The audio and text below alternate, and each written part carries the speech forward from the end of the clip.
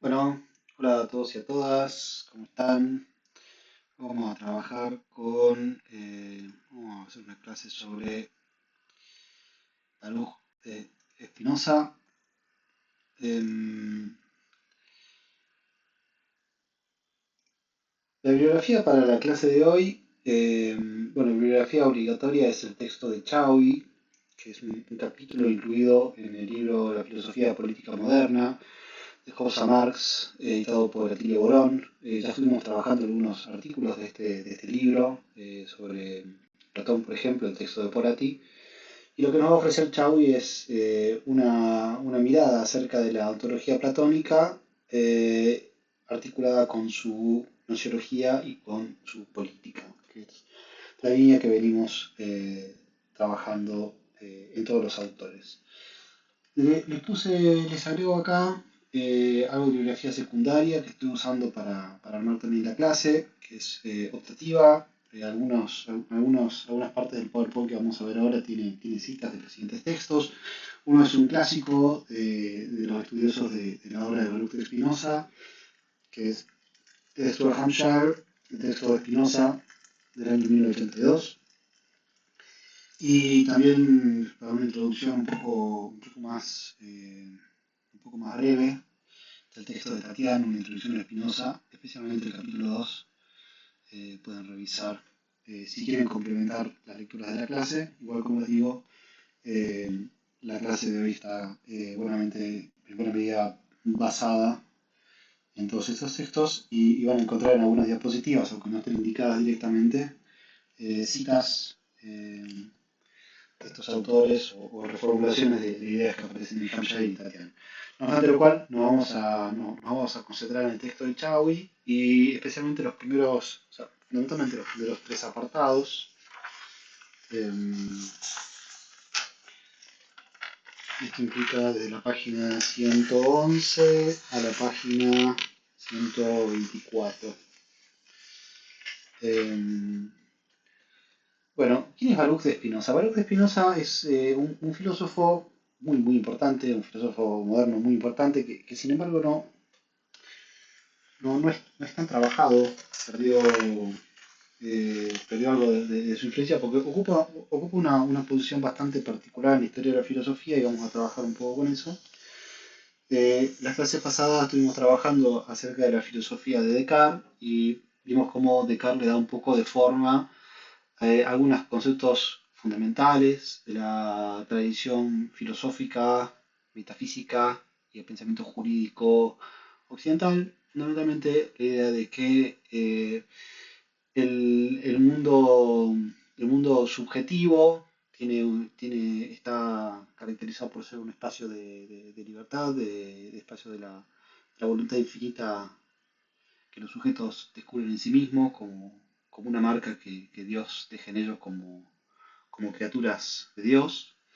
Eh, y una distinción respecto de este mundo de la interioridad subjetiva y el mundo exterior de las leyes del mundo natural sometido a la causalidad eficiente.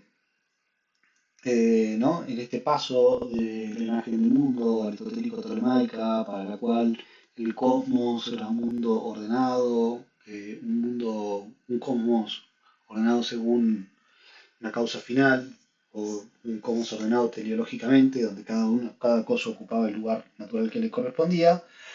Pasamos con la revolución científica, a la cual Descartes le da forma filosófica, a un mundo en el cual eh, la naturaleza ya no aparece como un mundo teleológicamente ordenado, sino como un mundo sometido a leyes mecánicas, sometido a la causalidad eficiente, las leyes que Dios le imprime al mundo, eh, al movimiento de la materia para la sustancia extensa, sometida a las leyes que Dios decide para ese mundo y que permanecen inmutables por un decreto divino. Em, ya no es un mundo de lugares naturales, las piedras ya no caen porque su lugar natural es el suelo, sino porque están sometidas a leyes mecánicas que le corresponden a todos los cuerpos. Y por cuerpo entendemos a todo aquello que no tiene su principio de movimiento en sí mismo, ¿no? Eh, y por otra parte tenemos la sustancia pensante, ¿verdad? La sustancia pensante que es inextensa, eh, donde aparece el reino de la voluntad, donde su sujeto se descubre como una conciencia que puede atribuir todas sus representaciones a un yo. Y en ese mundo es el mundo en el que podemos hablar de responsabilidad, podemos hablar de lo indeterminado, porque la voluntad es eso, ¿no? Poder, por la pura espontaneidad de la voluntad, eh, tener una idea, iniciar una cadena causal, y donde también las relaciones entre cuerpo y alma se manifiestan problemáticas, porque Descartes va a pensar la relación entre el alma y el cuerpo como una relación de, de transmisión. El alma decide los movimientos del cuerpo, el cuerpo transmite mecánicamente sensaciones al alma. Eh, pero como habíamos dicho, el mentalismo sustancial cartesiano, eh, extensión y pensamiento no tienen nada en común. Bueno, Descartes va a luchar para tratar de pensar cómo se articulan estas dos sustancias. Y también va a quedar en vilo la pregunta de cómo accedemos a otras subjetividades, a otras interioridades. Eh, una vez que Descartes funda el conocimiento científico sobre la base de una mirada solipsista, ¿no? De esta conciencia sola en el mundo que solamente puede probar su propia existencia. Bueno, Baruch de Spinoza es un poco eh, la otra cara de Descartes. Nace después de Descartes. Descartes va a morir en 1650 y Baruch de Spinoza nace en 1632 en, en Ámsterdam.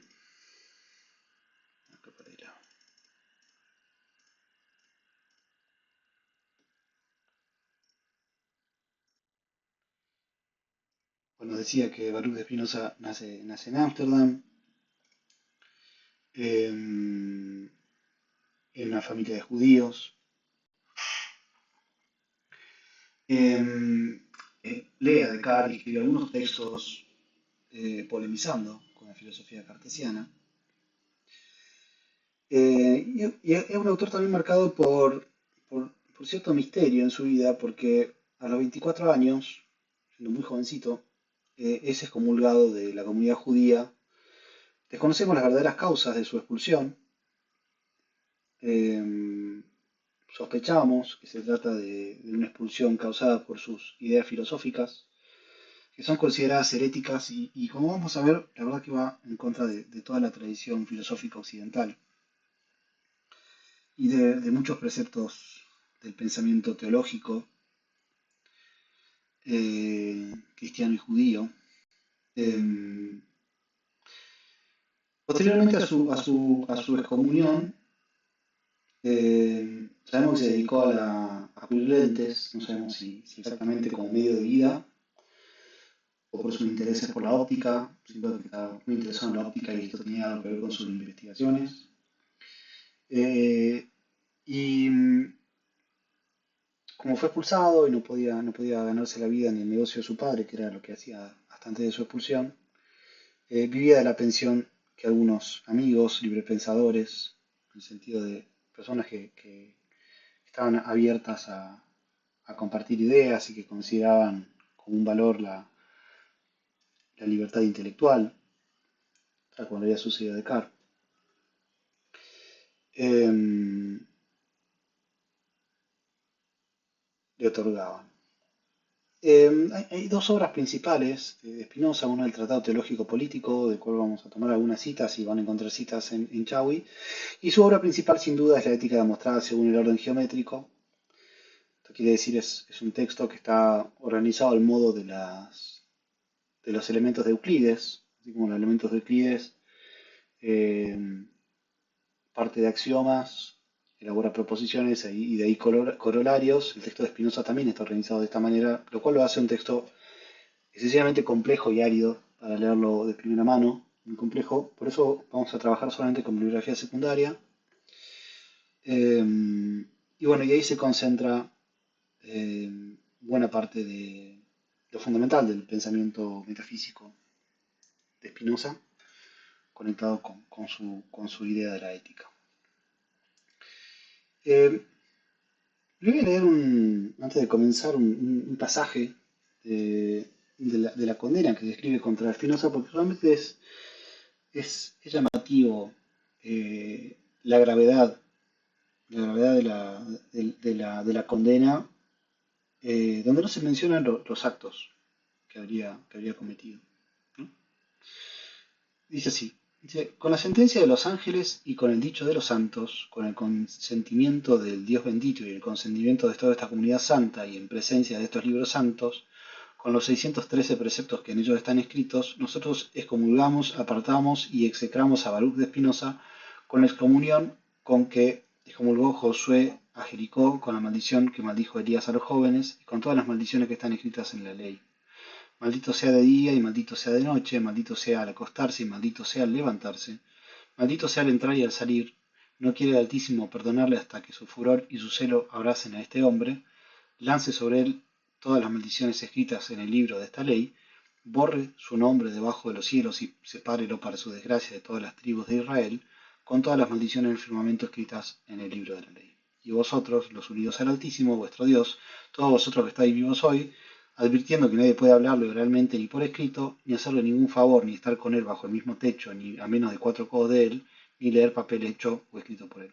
O sea, nadie podía comunicarse con Spinoza ni hablarle dentro de que fuera parte de la comunidad judía, ¿no? Esta excomunión era muy fuerte, digamos, y ser excomulgado en un lugar como Ámsterdam, siendo tan joven, era básicamente dedicarse a vivir en el ostracismo.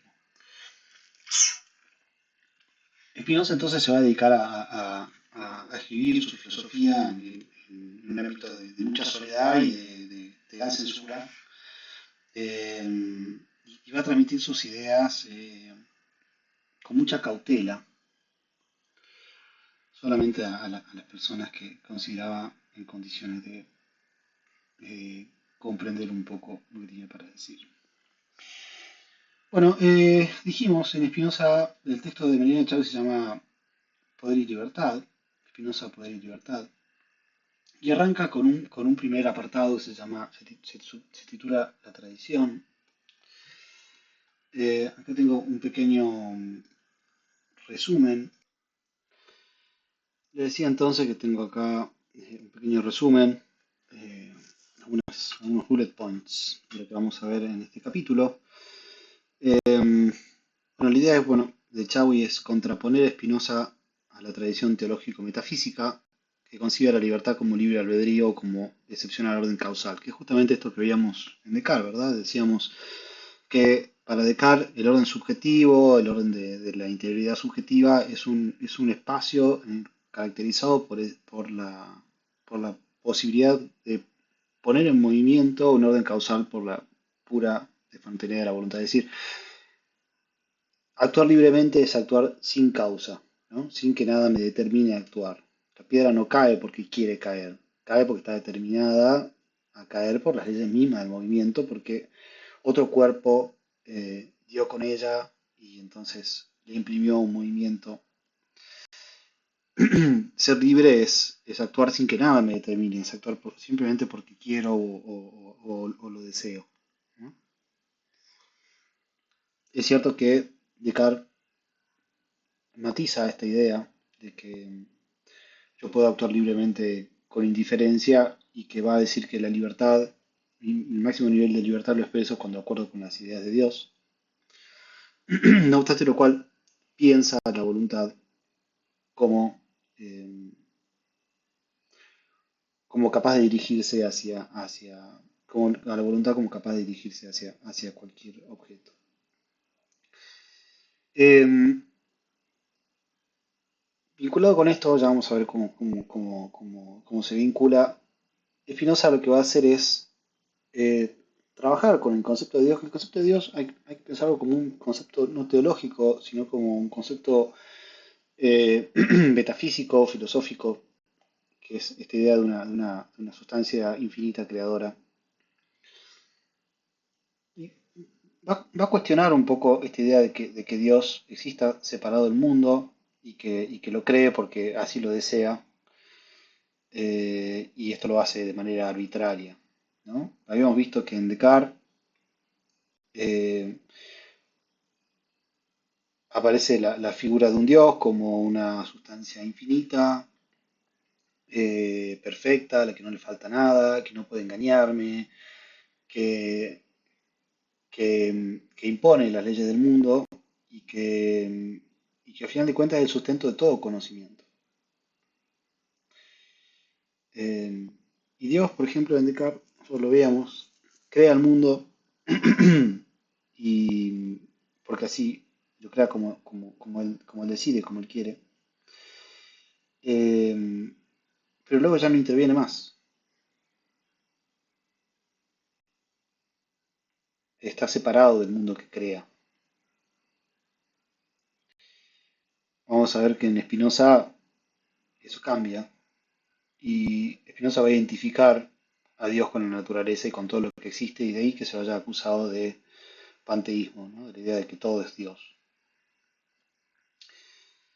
Eh, Vamos a ver un rechazo en Spinoza en esta idea de que aparecía en Descartes, por ejemplo, de que el, el mundo subjetivo, que es el mundo del pensamiento, el mundo de la interioridad, tiene leyes diferentes a la del mundo exterior, que entonces que funciona como una suerte de reino en otro reino, de un imperio dentro de otro imperio, que es el lugar donde los individuos reinan sobre sí mismos, sobre sus pasiones y sobre su cuerpo. Bueno, Spinoza va a discutir esto y va a afirmar la identidad entre Dios y la naturaleza. Deus sive natura, dice Spinoza con una expresión latina, queriendo decir que no hay una distancia entre el creador y lo creado, o más bien que Dios no es el creador del mundo, sino que es sustancia infinita, es todo lo que existe y que no está separado de lo que crea.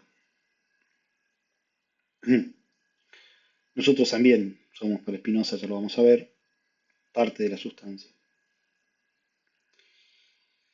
Y vamos a ver también una crítica a la idea de derecho natural, una crítica a un naturalismo y a sus presupuestos, para posteriormente, en los siguientes capítulos del texto de Chaui, desarrollar la peculiar concepción de derecho natural que tiene Spinoza, muy diferente de, eh, de la idea del derecho fundado en una naturaleza humana racional o en una suerte de idea de justicia divina.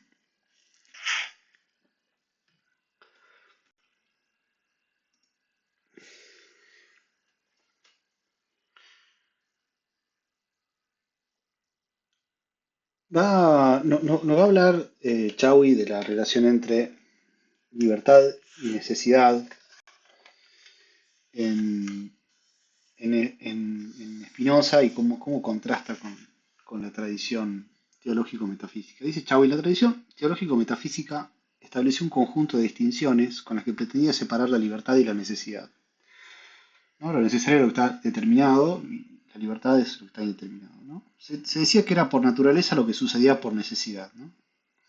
Y al contrario, que era por voluntad lo que sucedía por libertad.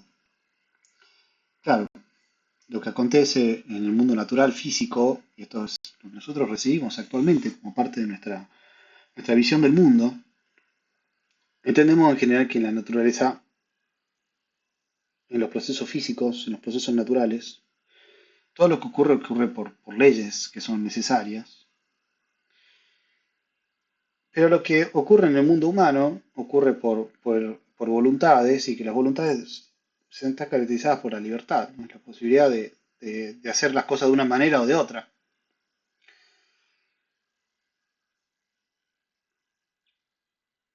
Identificando lo natural y lo necesario por un lado, y lo voluntario y lo libre por el otro, esta tradición, contra la que discute Spinoza, fue llegada a afirmar que Dios, siendo omnipotente y omnisciente, no puede actuar por necesidad, sino solo por libertad y por lo tanto solamente por voluntad. Claro, siendo una sustancia perfecta, que pensada bajo un modelo antropológico de la acción voluntaria. Dios crea el mundo como lo crea porque así quiere. Porque si algo lo causara sería imperfecto, habíamos visto en Descartes, ¿no? Si él tuviese algo que lo causara, entonces tendría menos realidad que, sería un efecto, y tendría menos realidad que la causa. Esto también lo veíamos en Aristóteles, ¿no?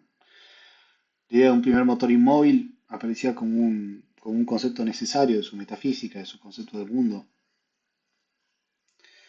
Esto no significaba que la acción voluntaria no tuviera causa, y en cambio sí que la causa de la acción libre era distinta de la causa de los acontecimientos necesarios. Vamos a ver esto. La causalidad por necesidad era la causalidad eficiente, ¿no? Recuerdan que vimos en Aristóteles la teoría de las cuatro causas: causa formal, causa final, causa material y causa eficiente. Y la causa eficiente era aquella que después de la revolución científica quedó reservada para el mundo de lo natural, ¿no? En contrapartida, la causalidad por libertad era la causalidad final, en la que la gente opera siguiendo un fin.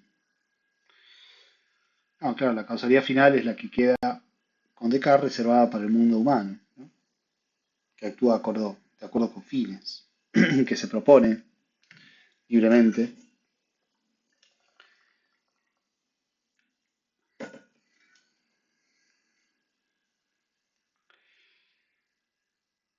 No, esta es la idea del imperio, el imperium, o de un reino dentro de otro reino, que caracteriza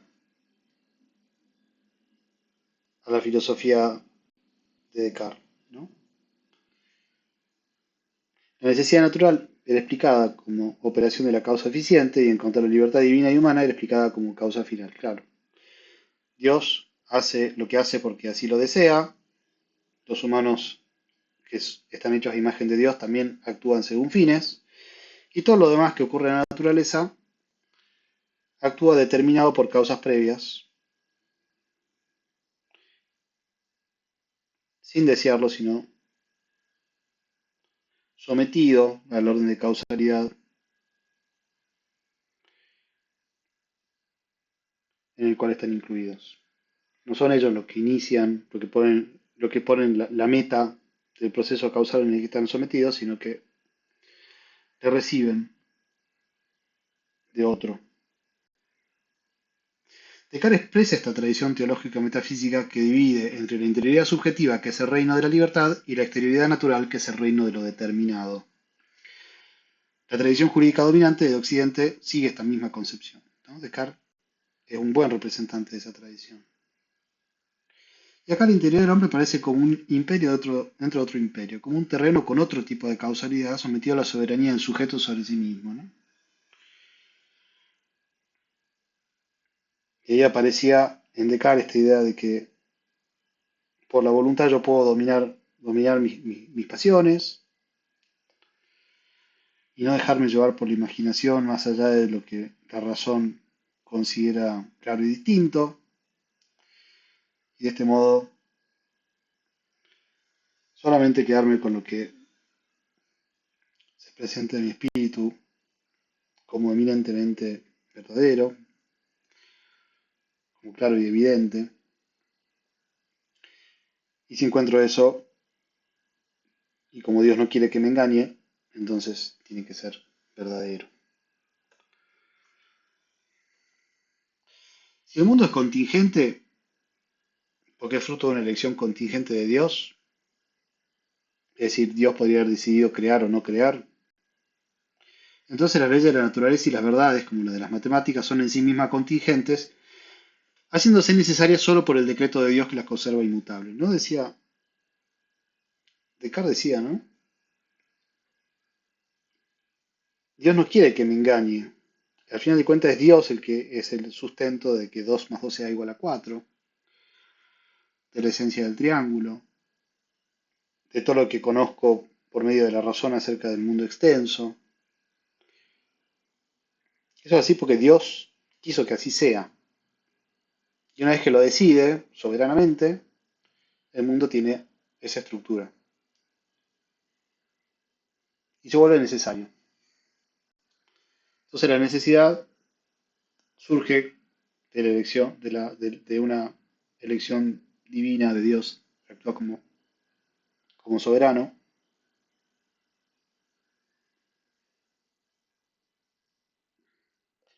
pero que pero su acción es contingente, él decide cómo actuar, porque si estuviera determinado a actuar como actúa por otra causa, entonces sería imperfecto. Se comprende entonces por qué tradicionalmente libertad y necesidad fueron consideradas como opuestas y contrarias, pues la primera ha sido imaginada como elección contingente de alternativas también contingentes y la segunda como decreto de una autoridad absoluta. Este conjunto de distinciones tradicionales tuvo un papel decisivo en la fundamentación de las teorías de la monarquía por el derecho divino, o por gracia divina, y en las teorías naturalistas. Chauvi, entonces, nos va a llevar desde la metafísica hacia el derecho. ¿No? La teoría de la monarquía absoluta por derecho divino es teocrática. El rey es soberano por voluntad de Dios o por gracia divina, de quien recibe no solo el poder, sino también las marcas que lo hacen semejante a los monarcas celestes.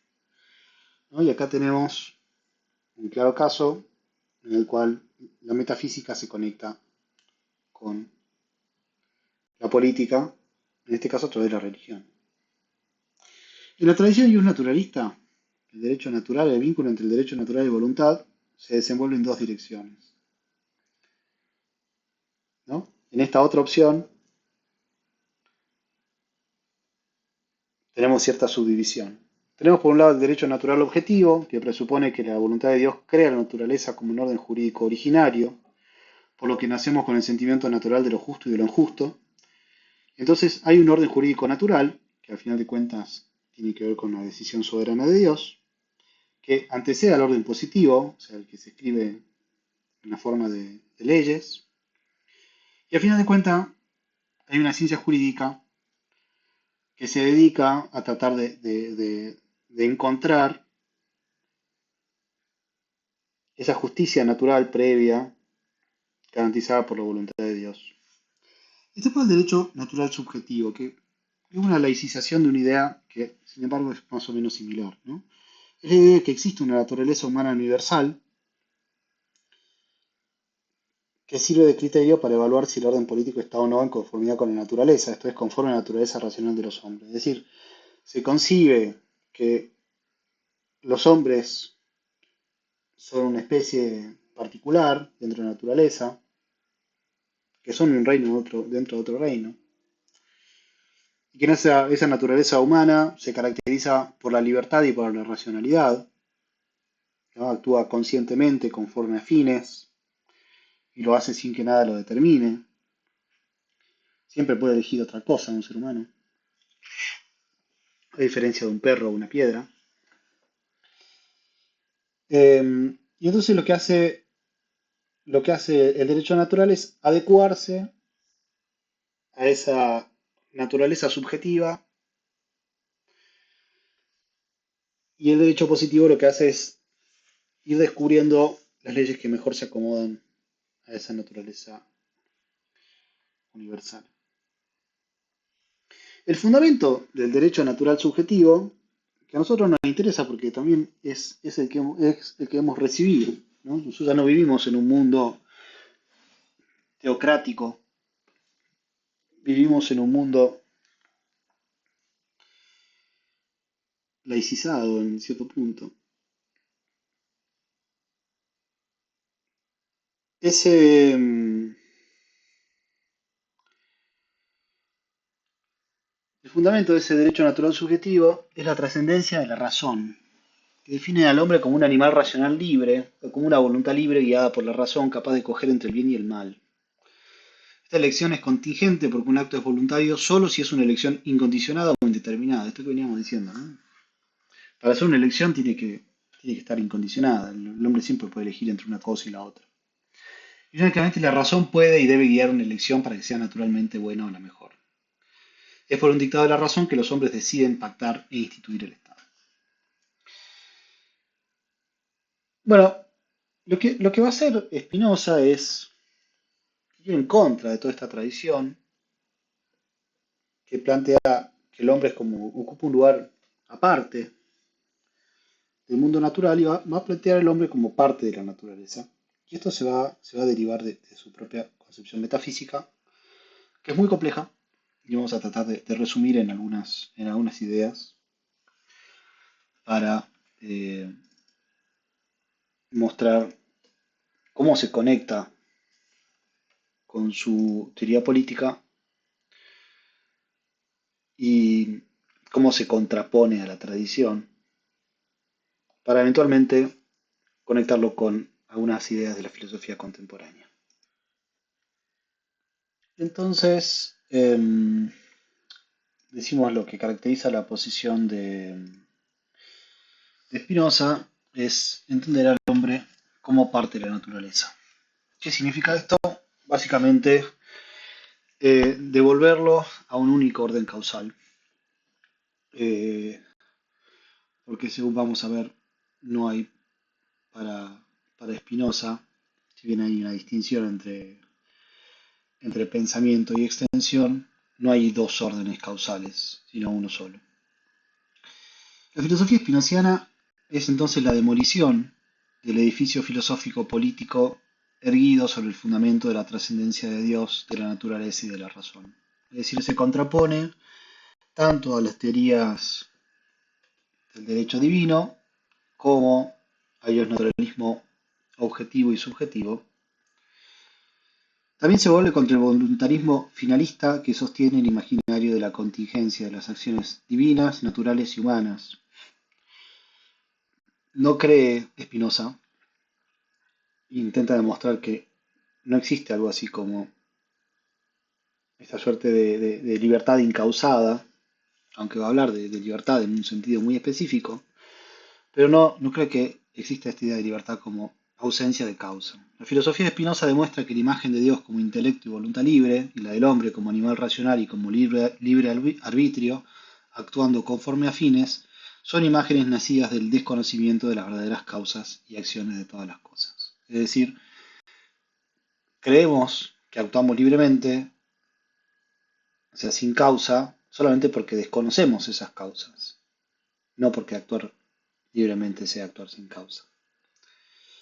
El mundo de los hombres, al no ser ya distinto del mundo natural, como dice Spinoza, no es un imperio dentro de otro imperio, deberá ser pensado, al igual que éste, de manera teórica, científica y con las mismas herramientas proporcionadas por la razón. Claro, ¿cómo puedo yo pensar científicamente lo que es incausado, ¿no? La libertad del hombre es un lugar donde las explicaciones no aplican. En todo caso, sí el mundo de los efectos.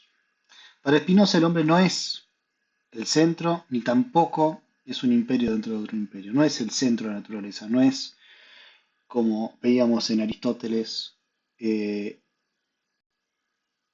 un ente especial cercano por su racionalidad al primer motor inmóvil. No es una creación especial de Dios que está en el centro de la naturaleza, es una parte más de la naturaleza. Es una paz natural, es una parte de la naturaleza. Spinoza saca al hombre del centro de la creación, del plan divino y también del centro de la naturaleza. Es solo una parte más. Vamos al capítulo 2, que se subtitula La ontología de lo necesario y la identidad entre libertad y necesidad. Para Spinoza, como habíamos dicho, todo lo que existe, Dios, el hombre y la naturaleza, está todo determinado por causas y describen un único orden causal. No hay dos órdenes causales, no está el mundo de la causalidad eficiente por un lado y el mundo de la causalidad final por el otro. Es todo un único orden causal. La libertad, en este marco, si está todo determinado, no es la ausencia de causalidad, sino que es comprender la necesidad que rige a nuestra propia naturaleza. No es actuar libremente, actuar sin causa, sin determinación, sino comprender qué es lo que nos determina. Sí. ¿Es un racionalista Spinoza? Sí, es un racionalista, porque entiende que todo lo que existe es accesible a la razón. La potencia de los individuos, su capacidad de actuar, varía según los encuentros que favorecen o desorganizan su composición. Vamos a ver qué significa esto, pero básicamente Spinoza va a considerar que los hombres son, que todo lo que existe es un conatus, es la capacidad de mantenerse en la existencia, de reproducir su propia existencia, y esa potencia va a ser el centro de su pensamiento jurídico. El conocimiento adecuado transforma los afectos pasivos en acciones, aumentando la capacidad de actuar. Ser libre entonces es conocer las causas porque conociendo lo que nos determina, aumentamos nuestra capacidad de actuar.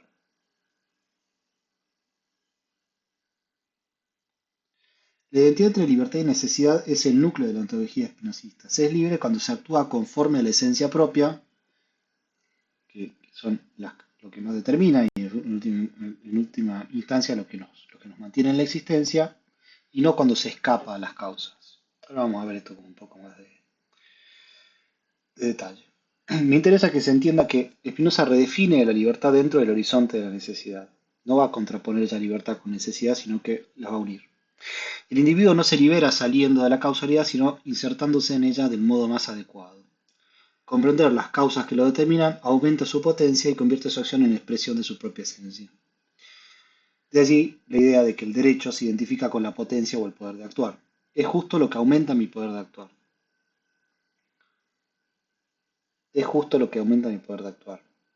El derecho natural, en todo caso, para Spinoza, tiene que ver con la posibilidad de actuar según mi propia naturaleza. Y lo que aumenta mi poder de actuar es el conocimiento de las causas que me determinan y lo que tengo en común con los demás individuos. Spinoza va a entender que unirse a los otros individuos potencia mi capacidad de actuar. Y eso es lo que fundamenta el orden jurídico. Lo justo en todo caso es lo que aumenta mi capacidad de actuar y lo injusto es lo que lo disminuye.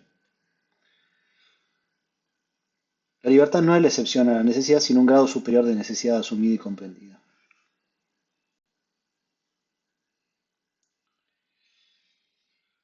Vamos a ver el concepto de sustancia que aparece en Spinoza. Esto es muy, muy, muy importante.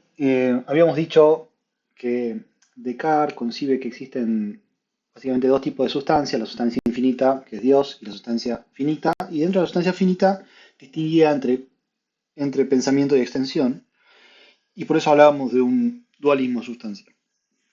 En Spinoza hay una única sustancia. Todo lo que existe forma parte de una única sustancia.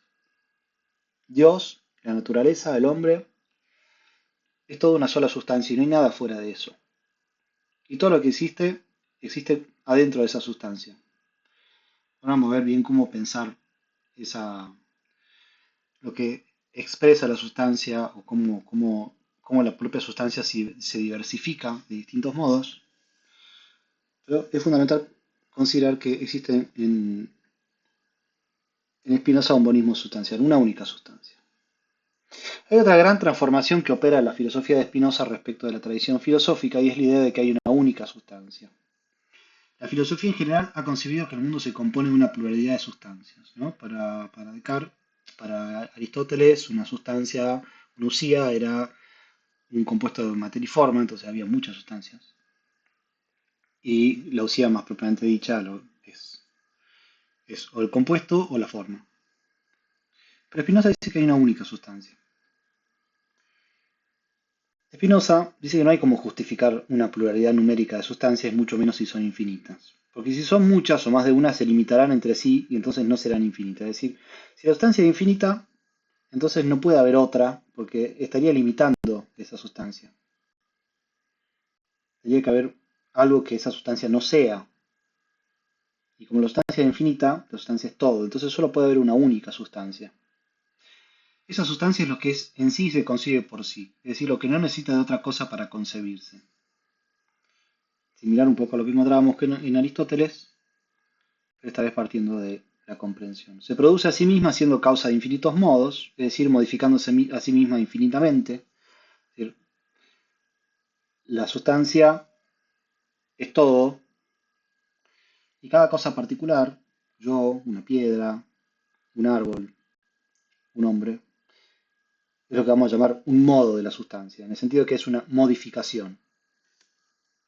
Es una composición de individuos que encuentran una manera de permanecer en la existencia, entonces tiene un conatus y eso es un modo. Cada cosa singular no es más que una modificación o un modo de esa sustancia infinita. Yo como individuo singular, esta piedra como cosa singular, esta mesa como cosa singular, es un modo de una sustancia infinita. Por lo tanto, los seres humanos no somos sustancias. Y que no somos sustancias quiere decir que no podemos concebirnos por nosotros mismos ni ser causa de nosotros mismos, sino que somos y nos concebimos en otro, ¿no? Si por sustancia definimos aquello que es causa de sí mismo y se comprende por sí mismo, y decimos que los seres humanos son modificaciones de una única sustancia, porque la sustancia es infinita, entonces evidentemente no pueden ser causa de sí mismos, no enteramente, sí pueden serlo hasta cierto grado, comprendiendo cuáles son las causas que lo determinan, aumentando su poder de actuar, pero no son causa de sí mismos y no se entienden por sí mismos. Para comprenderse tienen que comprender la sustancia toda. No tenemos la razón de nuestro ser en nosotros mismos, sino y nuestra esencia no implica la existencia. La esencia de la sustancia implica su existencia, es decir, la sustancia existe necesariamente, pero nosotros existimos solamente como modificación de esa sustancia. Estando en el mundo, existiendo, producimos efectos y modificaciones y somos modificados.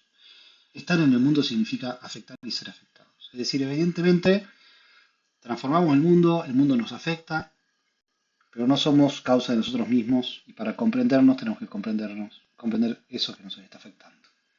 Existe por lo tanto una única e igual sustancia absolutamente infinita constituyendo el universo entero y esa sustancia es eterna porque en ella ser y actuar son una y la misma cosa. Esa sustancia es Dios. Al causarse a sí mismo, haciendo existir su propia esencia, Dios hace existir a todas las cosas singulares que lo expresan porque son efectos de su potencia infinita. En otras palabras, la existencia de la sustancia absolutamente infinita es simultáneamente la existencia de todo lo que su potencia genera y produce, pues como demuestra Spinoza, en el mismo acto por el cual Dios es causa de sí, es él también causa de todas las cosas. Porque al final de cuentas no hay una distinción entre Dios y las cosas.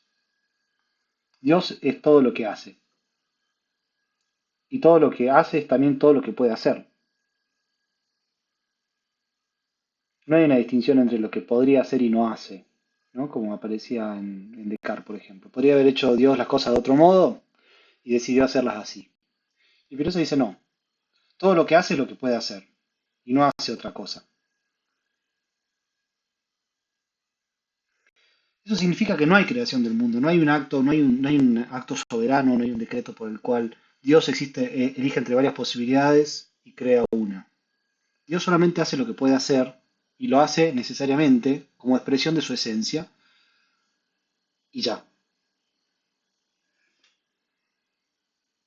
El mundo no es creado en ese sentido como un producto de una decisión soberana, como si Dios podría no haber hecho lo que hizo. Dios es todo lo que hay y hace todo lo que puede hacer.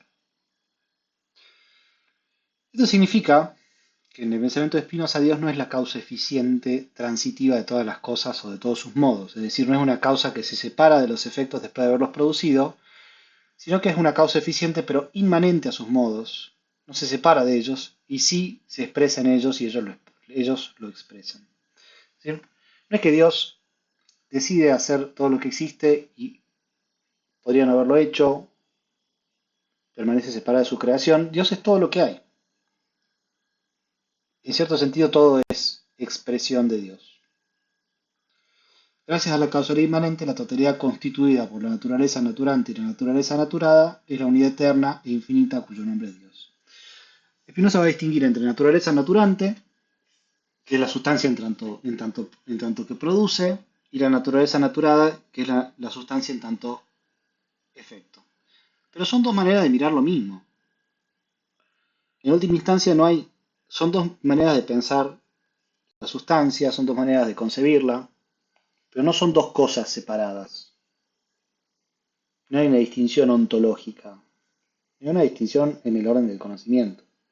Naturaleza naturante es la sustancia como causa y naturaleza naturada es la sustancia como efecto. La inmanencia está concentrada en la expresión célebre Dios sive natura, Dios o sea la naturaleza. Es decir, lo que va a hacer Spinoza, y por esto lo expulsan, y por esto este pensamiento herético, va a identificar Dios con la naturaleza, es decir, con todo. Por eso se lo acusa muchas veces a Spinoza de panteísta, de que todo es Dios.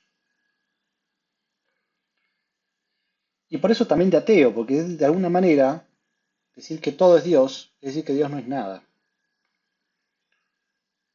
Porque esta sustancia, o Dios, o la naturaleza, cualquier nombre que le queramos poner, no actúa así porque sea una conciencia que decide hacer así las cosas. De alguna manera es un Dios inocente, el Dios de Spinoza, en el sentido de que todo lo que hace lo hace porque necesita hacerlo, porque está en la esencia de la sustancia que así sea.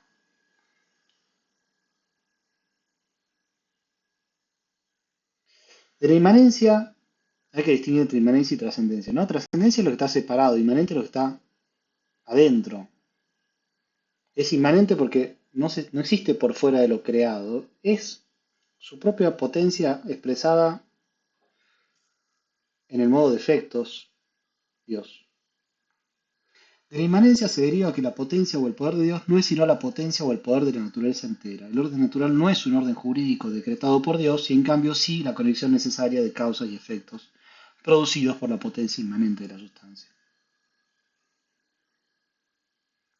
El orden natural, repito, no es un orden jurídico decretado por Dios. No es que Dios dice, bueno, quiero que 2 más 2 sea 4. Está en la esencia de la sustancia la conexión de las causas y los efectos que producen la potencia inmanente de la sustancia. Todo lo que la sustancia puede hacer lo hace, y esto por leyes necesarias que conectan causas con efectos. Y aquí no medía ninguna decisión, ninguna voluntad. Entonces está esta idea de que de Deus sive natura, es decir, Dios o la naturaleza, o Dios es idéntico a la naturaleza. Podemos preguntarnos, si Dios es igual a la naturaleza, ¿qué cambiamos? Cambiamos mucho respecto de la tradición judeo-cristiana cartesiana. La tradición judeo-cristiana implica una desdivinización de la naturaleza, ¿no? Esto que habíamos dicho acerca de Descartes, ¿no? El mundo natural aparece como un mundo inerte en cierto sentido, porque no tiene en sí la causa de su movimiento y no tiene fines. La naturaleza, el mundo son profanos. Y hay un Dios que está fuera del mundo, que es el único divino y lo único sagrado. La naturaleza y Dios aparecen como dos cosas distintas en esa tradición judeocristiana. Y Spinoza va a decir que no hay trascendencia de Dios, que no está separado de la naturaleza, que no es exterior a la naturaleza, que no hay nada fuera de lo que llamamos naturaleza, y que esa naturaleza es Dios mismo. O sea, no hay esta distinción entre sagrado y profano. Y esto hace que la naturaleza deje de ser un misterio, como pasaba Descartes dice, bueno, podemos entender cómo funciona el mundo natural, pero no podemos entender por qué es así, porque a fin de cuentas es una decisión soberana de Dios. Y Spinoza va a decir, todo podemos comprenderlo, porque no hay decisión. Todo lo que es causa necesaria, expresa necesariamente la esencia de la sustancia, y no puede ser de otra manera. No hay ningún misterio. ¿Cuáles son entonces las propiedades del Dios de Spinoza? En primer lugar, la naturaleza, y bueno, insisto acá, ¿no? Dios, la sustancia y naturaleza son todos sinónimos en el pensamiento de Spinoza. En primer lugar, la naturaleza es absolutamente infinita. Ahora, infinita no es solamente que no, que está ilimitada, sino que no puede concebirse nada fuera de ella. Y el hombre no es el fin y el centro de esa naturaleza, es una modificación, es un modo, una modificación de todo lo que existe. En segundo lugar, existe necesariamente. No se puede pensar que no exista. Si se piensa la esencia filosóficamente, no se puede pensar de otro modo que como implicando la existencia. La esencia de la sustancia implica necesariamente la existencia.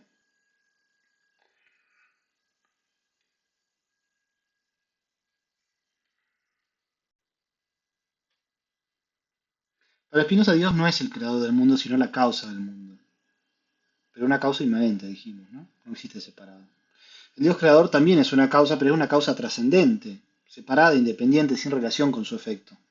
El Dios judeo-cristiano es una causa trascendente del mundo.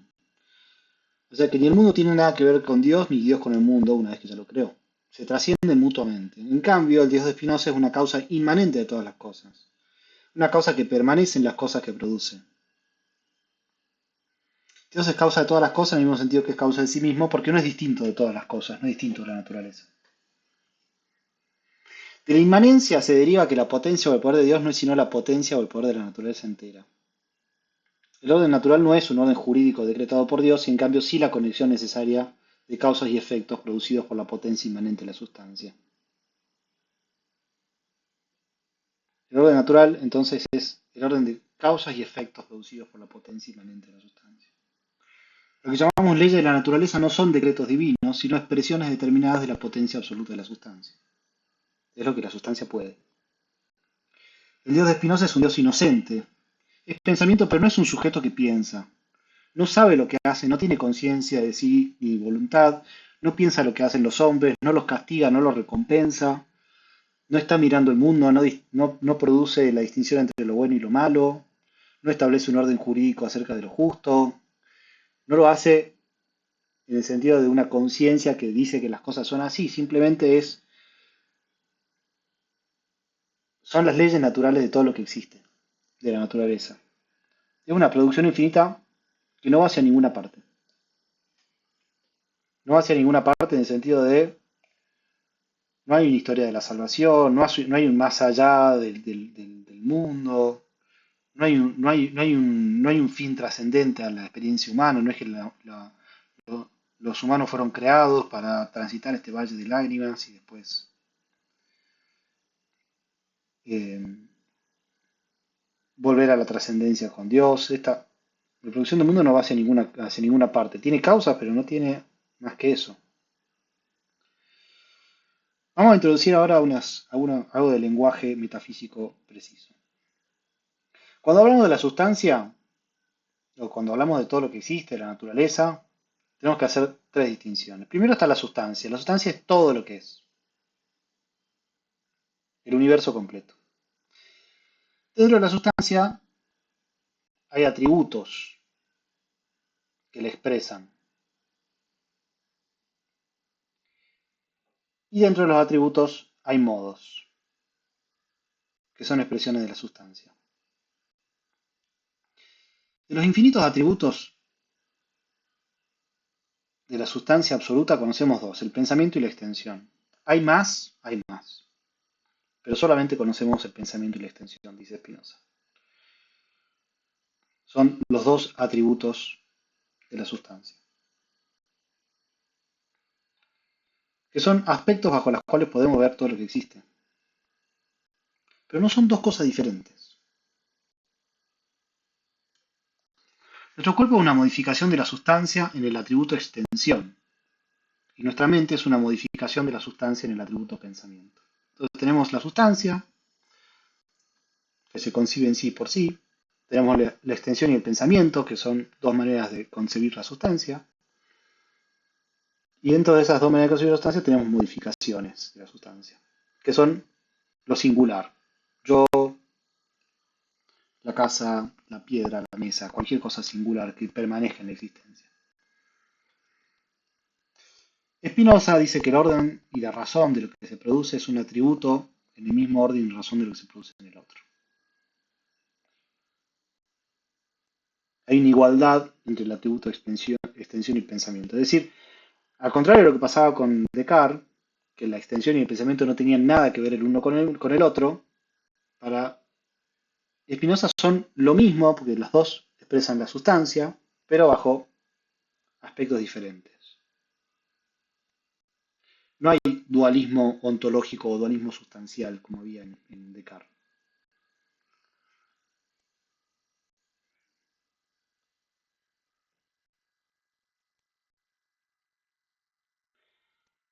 Esto también nos hace pensar que existe un absoluto determinismo en el mundo de Spinoza. Para Spinoza todo está determinado. Nada es contingente, nada es casual. Ideas y cuerpos o mentes y cuerpos son modos finitos inmanentes de la sustancia absoluta, expresándola de manera determinada según el orden y conexión necesarias que rigen todos los seres del universo. Todo, ustedes de la mesa a la piedra, todo tiene una causa, en tanto modificación, y para comprenderlos tenemos que ver el orden causal, toda la serie de causas que lo trajeron a la existencia. Todos los átomos, la historia de todos los átomos que me constituyen, mi historia personal, la historia de mi familia, la historia de la vida en la Tierra, la historia de toda la serie de causas desde los inicios del universo, que bueno, para Spinoza no tienen inicio porque es infinito. Eh, Todo posee una causa que lo determina tal cual como es. Y está en la esencia de los atributos causar necesariamente las esencias y potencias de todos los modos.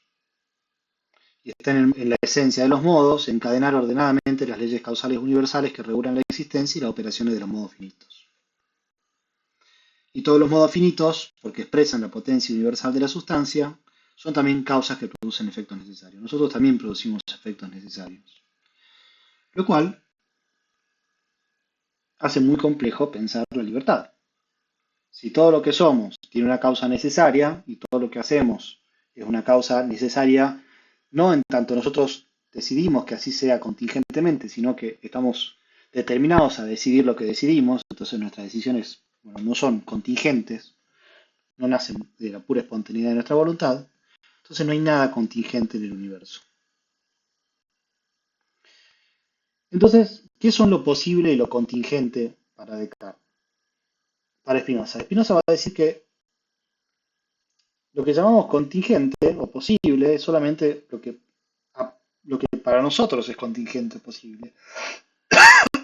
En el sentido que conocemos las causas verdaderas y necesarias de su producción. Cuando decimos que decidimos algo porque sí, porque contingentemente queríamos una cosa o la otra, en realidad estamos desconociendo qué nos llevó a desear una cosa o la otra. Se comprende entonces por qué, en lugar de las distinciones tradicionales entre por naturaleza y por voluntad, o por necesidad y por libertad, la única distinción admitida por Spinoza es la que existe en el interior de la propia necesidad, o necesario por esencia o necesario por causa. Está el ser que es necesario por su propia esencia, que es Dios, la sustancia,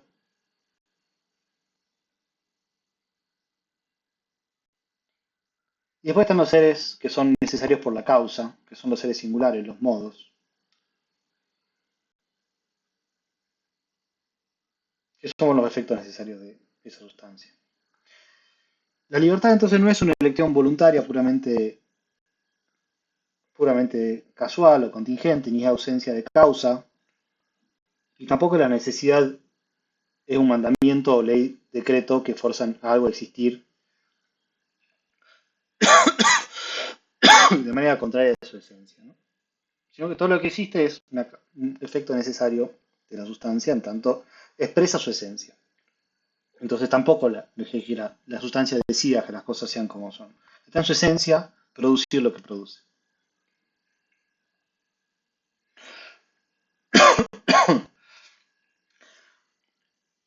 Veamos entonces cómo concebir al orden humano y qué vamos a entender entonces por derecho y libertad en Spinoza, lo cual evidentemente es algo complejo.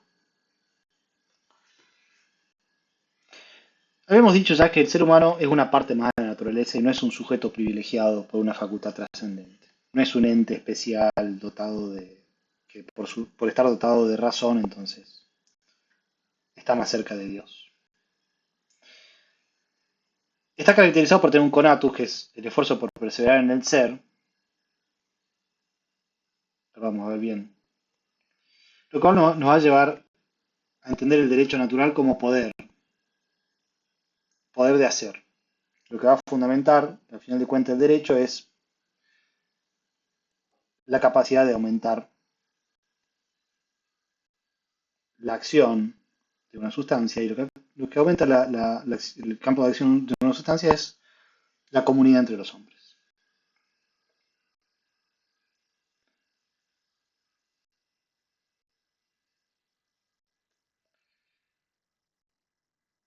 Spinoza entonces va a traducir el naturalismo tradicional, que está basado en la voluntad libre, por una concepción ontológica del derecho. El conatus es simultáneamente potencia, esencia y derecho natural. El conatus es, insisto, la potencia, lo que nos hace perseverar en la existencia, seguir siendo lo que somos.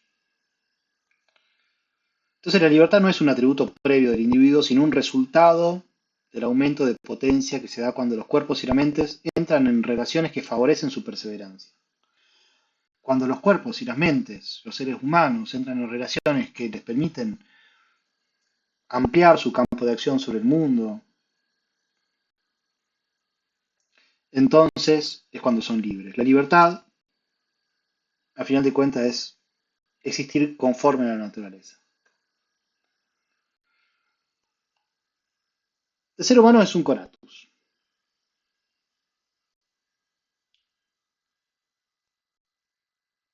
Para entender lo que es un conatus, dice Chauvi, tenemos que entender lo que son, cómo concibe Spinoza los seres humanos, y lo va a concebir como unión de cuerpo y mente, no como sustancia creada, sino como modos finitos de la sustancia, constituidos por modificaciones de la extensión y el pensamiento. Son efectos inmanentes de la actividad de los atributos sustanciales. Entonces tenemos cuerpo y mente. ¿Qué es el cuerpo? El cuerpo es un modo, una modificación del atributo de extensión, que es la composición de una diversidad y pluralidad infinitas de corpúsculos pequeños que se relacionan entre sí, que llegan a adquirir cierta armonía, cierto equilibrio.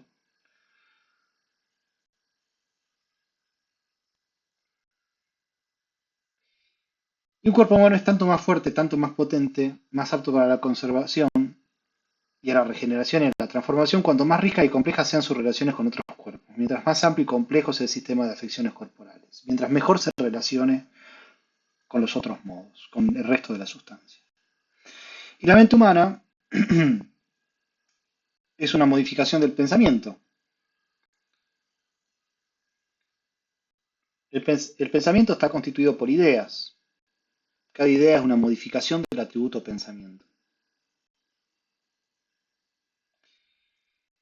Y las ideas están volcadas hacia los objetos, que son los contenidos, que son sus contenidos. La mente humana, en última instancia, es la idea del cuerpo. Es el pensamiento del cuerpo.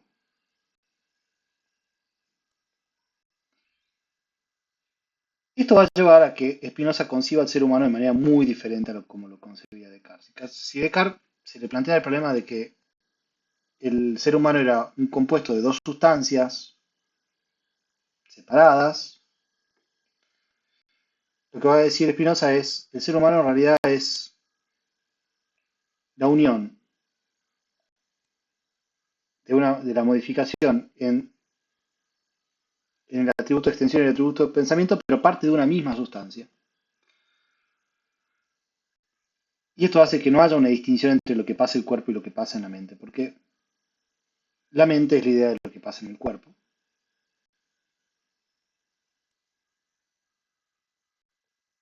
Y lo que pasa en el cuerpo es el contenido de lo que es ideado por el alma, por la mente. Va a decir Chau, y por primera vez en la historia de la filosofía, la mente humana va a dejar de ser concebida como una sustancia anímica independiente. ¿No?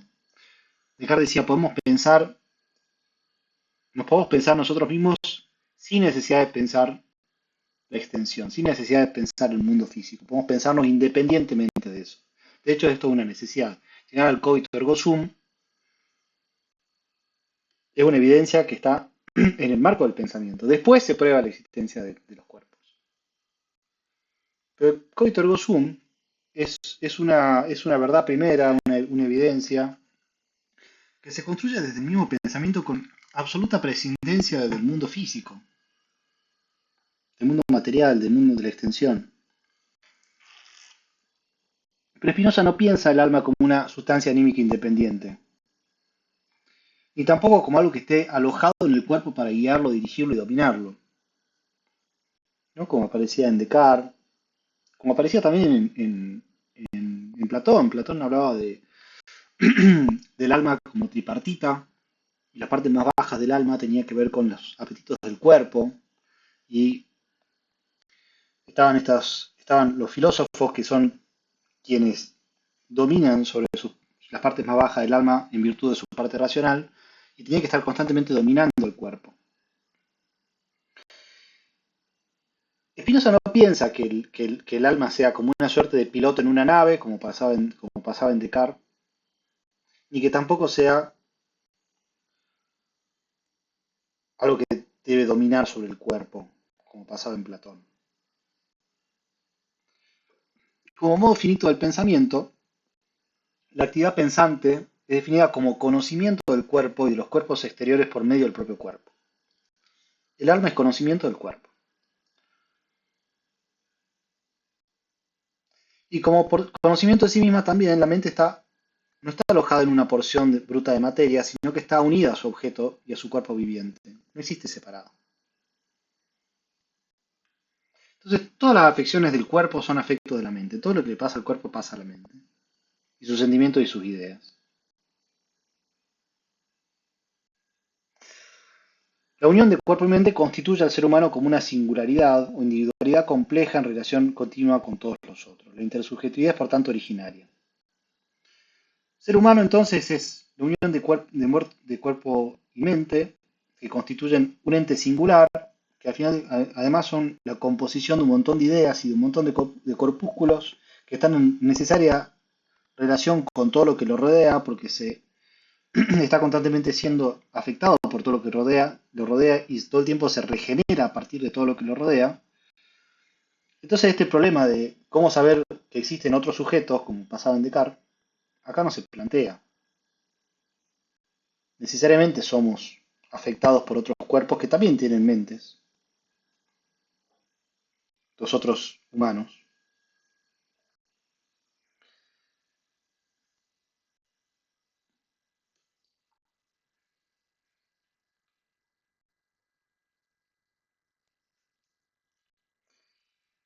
Entonces podemos decir que Spinoza se plantea a distancia de todo el dualismo que caracterizaba a Descartes y que caracteriza también buena parte de la tradición del pensamiento jurídico, ¿no? Spinoza tiene una frase muy célebre que dice: no sabemos lo que puede un cuerpo. Esta es una tradición que rompe con la tradición platónica que hacía el cuerpo la cárcel del alma, ¿no? Esta frase está en Platón, dice que el cuerpo es la cárcel del alma, la prisión del alma. Después lo vamos a retomar esto en un texto posterior. Al que se debía reprimir para poder pensar. Reprimir los sentidos, las pasiones, los deseos, los sentimientos, la sensibilidad, los apetitos. Para Platón, mientras el alma actúa, el cuerpo padece, y eso es lo ideal, ¿no? Tener dominio sobre el cuerpo, que trae lo bajo. Y si el cuerpo actúa, el alma padece. Son como dos principios contrarios. Y esto en general, toda la filosofía clásica se extiende. Spinoza dice que lo que pasa en el cuerpo es lo mismo que pasa en el alma. Porque en rigor, alma y cuerpo son lo mismo. Son dos maneras de concebir un modo que es una modificación singular de la sustancia, concebida bajo dos atributos diferentes. Si el alma actúa, el cuerpo actúa, y si el cuerpo actúa, el alma actúa. No hay posibilidad de que no se dé, que se dé una cosa sin la otra. No son dos sustancias independientes.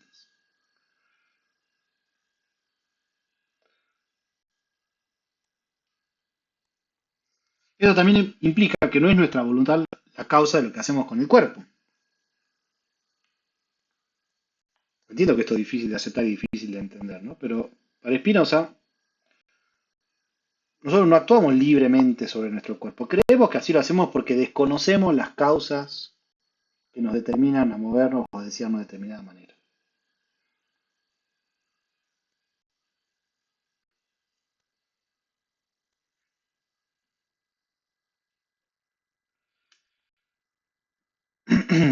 Los individuos entonces son para Spinoza conatos, o sea, una fuerza interna que unifica todas sus operaciones y acciones para permanecer en la existencia. El conatus es esa fuerza que mantiene al ser en la existencia, que lo mantiene siendo esta esencia singular, que me mantiene siendo Felipe. Todo lo que significa interactuar con otros cuerpos, desde comer, respirar, vincularme con el medio ambiente, vincularme con otros seres humanos y permanecer siendo lo que soy. Permanece que no significa simplemente permanecer en su propio estado como la piedra, sino regenerarse continuamente, transformarse y realizarse. La esencia, para Spinoza, es el conatus. Es el proceso mismo de mantenerse en la existencia. ¿Cuál es la esencia del hombre? ¿Cuál es la esencia de Felipe? Todo lo que hace Felipe para seguir siendo Felipe. Leer filosofía, comer lo que sea que coma, participar de la cultura de un lugar, participar de un medio ambiente específico, permanecer en la existencia siendo lo que es. Lo cual evidentemente tiene un límite, ¿no? Los cuerpos envejecen, mueren, se descomponen y esos elementos descompuestos después van a formar otros cuerpos. Es el conatus, la capacidad de perseverar en el ser y de producir efectos sobre otros, con otros y en nosotros mismos. Esto del conatus, la capacidad de seguir siendo y de producir efectos en el mundo. La esencia no es algo definitivo y estático, no es como pasaba con Aristóteles que la esencia la podemos capturar con una definición o como pasaba con Platón, ¿no? La idea de lo justo, la idea de lo blanco, la idea de lo bueno. La esencia del ser humano, ¿no? Animal racional. No es una sola cosa. La esencia es todo lo que vamos haciendo para permanecer existiendo. No es algo que podamos abstraer del hecho de existir como existimos.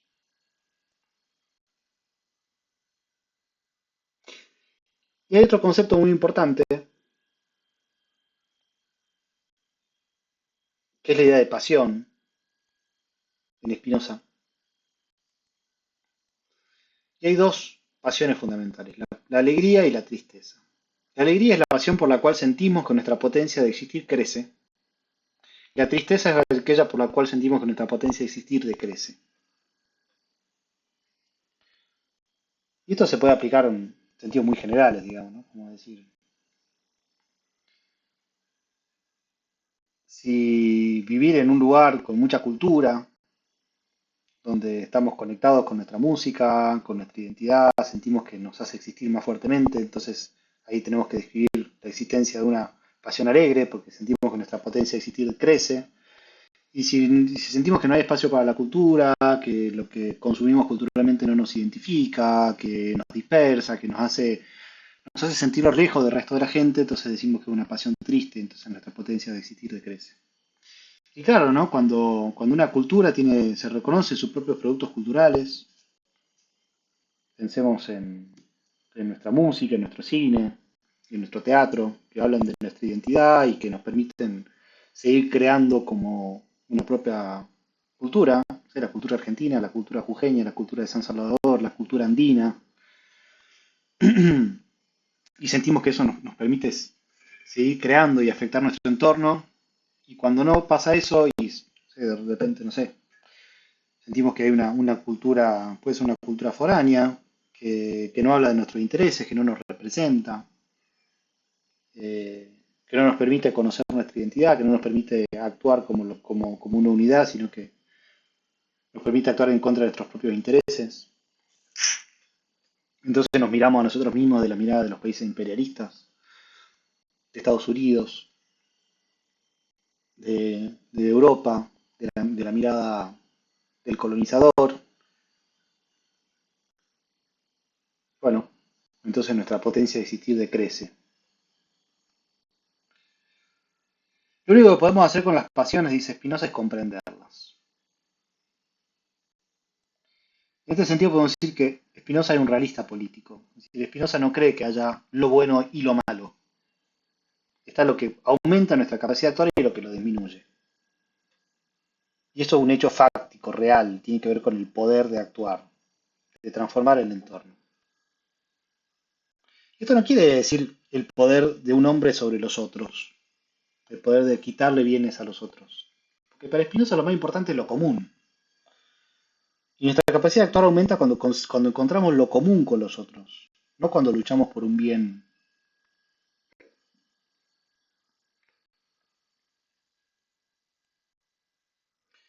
La mayoría de los hombres se mueve por pasiones y una política no tiene que pensar en términos de lo que los hombres deberían ser, no en términos de una moral, sino en términos de lo que hacen, ¿sí? De su capacidad de actuar, de cómo actúan. Se trata de llegar a ser máximamente causa de nosotros mismos. Mientras más comprendemos qué es lo que nos causa, por ejemplo, si constantemente deseamos, o sea, hacernos ricos en el mundo financiero, comprar bitcoins, si constantemente deseamos explotar nuestros recursos naturales, más allá de si eso tiene un efecto en la naturaleza o no, y para intereses de otros, y no estamos comprendiendo las causas que nos determinan. Las causas que nos están determinando a desear de ese modo tienen que ver con fuerzas externas, los intereses de naciones imperialistas, los intereses del gran capital, los intereses de los capitalistas. Eso no es lo común. Y si comprendemos que fuimos despojados de nuestra historia, de nuestra cultura,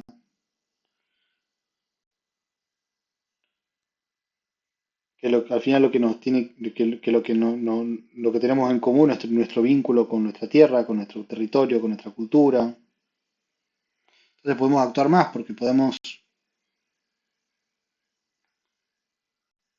volvernos más causa de nosotros mismos. Nunca del todo, porque al final de cuentas somos efectos de la sustancia, pero mientras más comprendemos las causas que nos determinan a pensar como pensamos y actuar como actuamos, más podemos aumentar nuestra potencia de actuar y más podemos componer con otros individuos en un espacio común.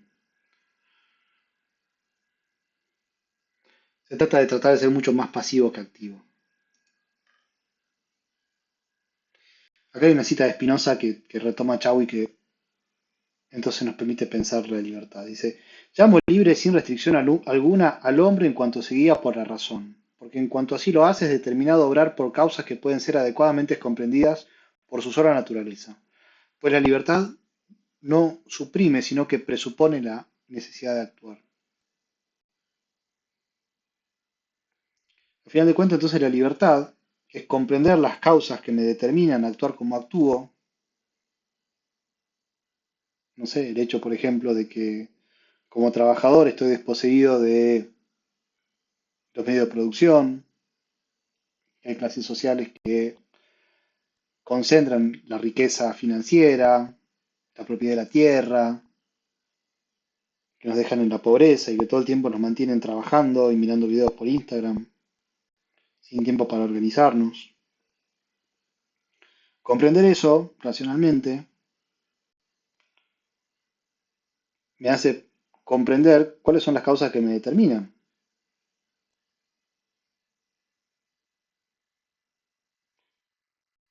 Entonces aumenta mi capacidad de actuar, entonces puedo comenzar a actuar en función también de lo que necesariamente parte de mi propia naturaleza o mi propia esencia.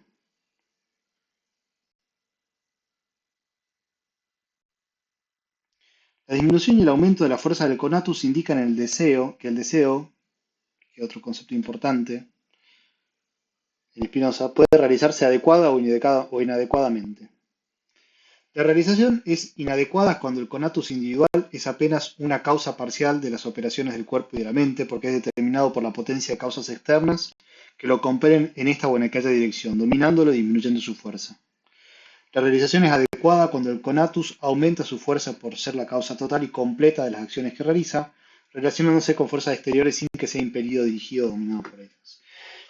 Para Spinoza se trata de no ser dominados por causas externas, y no ser dominados por causas externas pone en juego también la dimensión del deseo, porque claro, a veces deseamos, por ejemplo,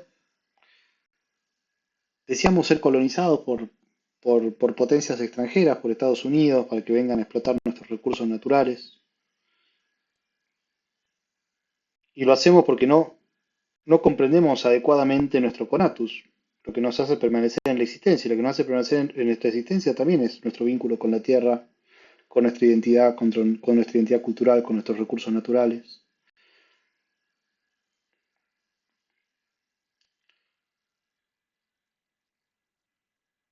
Entonces, intentar ser soberanos frente a fuerzas externas, como el Fondo Monetario Internacional, como las potencias externas, dan cuenta de nuestro conatus como individuos y como comunidad, aumenta nuestra capacidad de actuar en función de la comprensión de las causas que nos determinan, ¿no? Las determinaciones geopolíticas, históricas.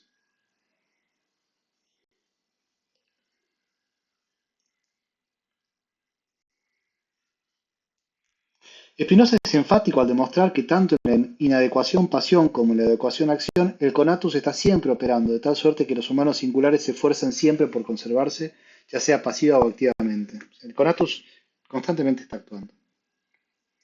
La causa de la adecuación es el conocimiento racional y reflexivo que nos lleva a conocer la génesis necesaria de las cosas, su orden y sus conexiones necesarias, sus esencias y su sentido verdadero. En la pasión, porque el deseo está determinado por las causas externas, los hombres son contrarios los unos a los otros, cada cual imaginando que no solo que su vida depende de la posesión de cosas exteriores, sino sobre todo que tal posesión debe ser exclusiva, aunque para ello sea necesario destruir a otros hombres que disputan la posesión de un bien. Si en la pasión nos desconectamos de los otros hombres, peleamos por un bien externo, por ejemplo, porque desconocemos que lo que aumenta nuestra capacidad de actuar es lo común, lo que tenemos en común con los otros. Y creemos que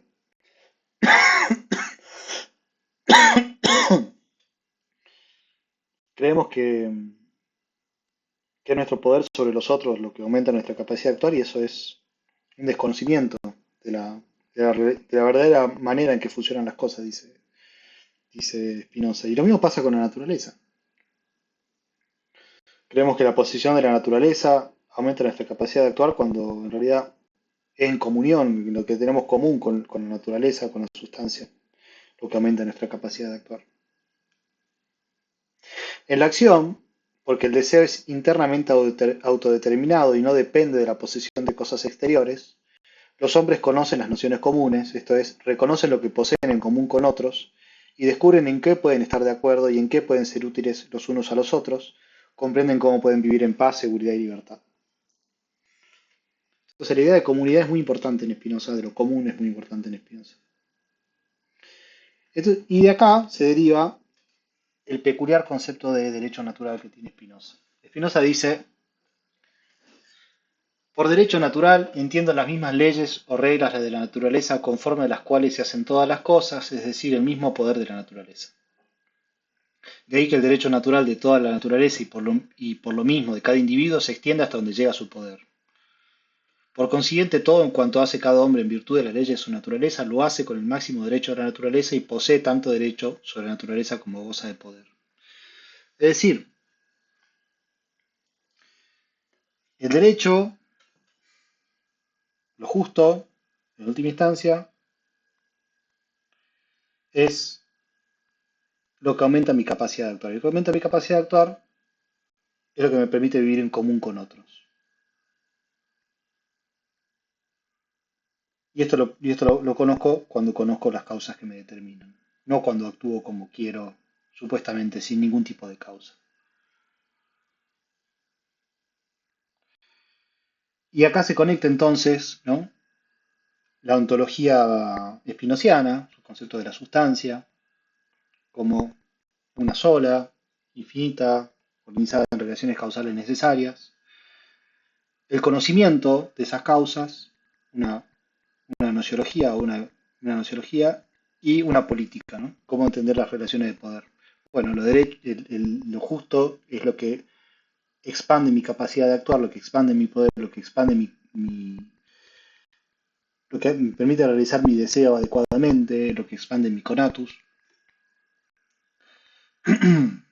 Y esas pasiones alegres que me hacen encontrarme con los otros. Y entonces encontramos esta relación entre ontología, nociología y política en Spinoza. Volvamos un poco sobre esta idea de jus sive potentia o el derecho, es decir, el poder, esta identificación entre derecho y poder que aparece en Spinoza.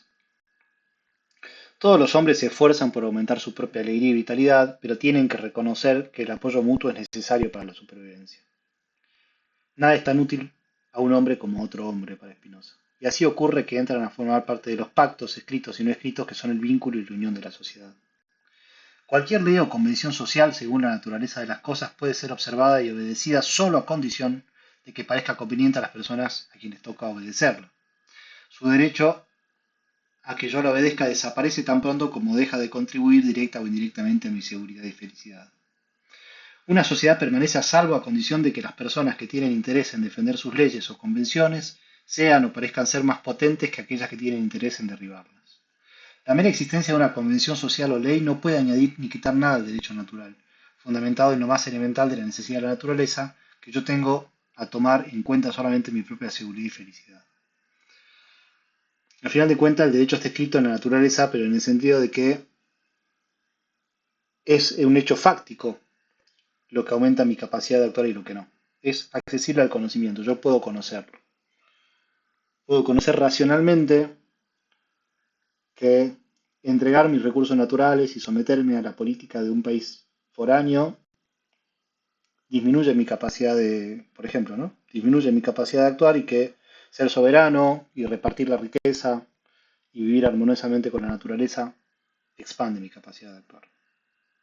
Esto hay que probarlo, ¿no? Pero es un ejemplo. Carece estrictamente de sentido suponer que los hombres tienen derechos o deberes morales cuando se conciben a los hombres como objetos naturales, sin relación con las sociedades concretas de las que son miembros. Concebidos como objetos naturales, es decir, como parte de la naturaleza, como hace Spinoza, cada uno de los cuales persigue necesariamente lo que les parece ser los medios para su conservación y libertad, solo puede decirse que tiene derecho a hacer lo que tienen el poder de hacer. Solo tienen derecho a hacer lo que tienen el poder de hacer.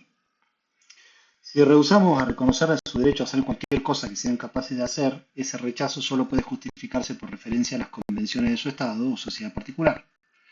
Y su sumisión a tales convenciones a su vez se justificará mediante el interés prevalente en el mantenimiento de la sociedad y la evitación de la anarquía. Al final de cuentas, es lo que permite a la sociedad continuar produciendo su mayor cantidad de efectos. La experiencia política revela el carácter radicalmente relacional de la libertad.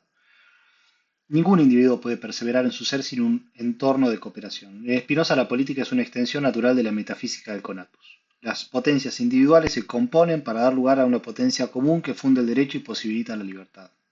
El Estado no es una limitación, sino un dispositivo que estabiliza los encuentros y multiplica la potencia de actuar. La libertad, entendida como acción adecuada, encuentra en la comunidad política, especialmente en la democracia, para Spinoza, su terreno más fértil. Bueno, esto forma parte del último apartado, la experiencia política, que no llegamos a ver, para evitar que sea demasiado largo esta clase. Eh, Así que bueno, con eso terminamos nuestra clase de Spinoza.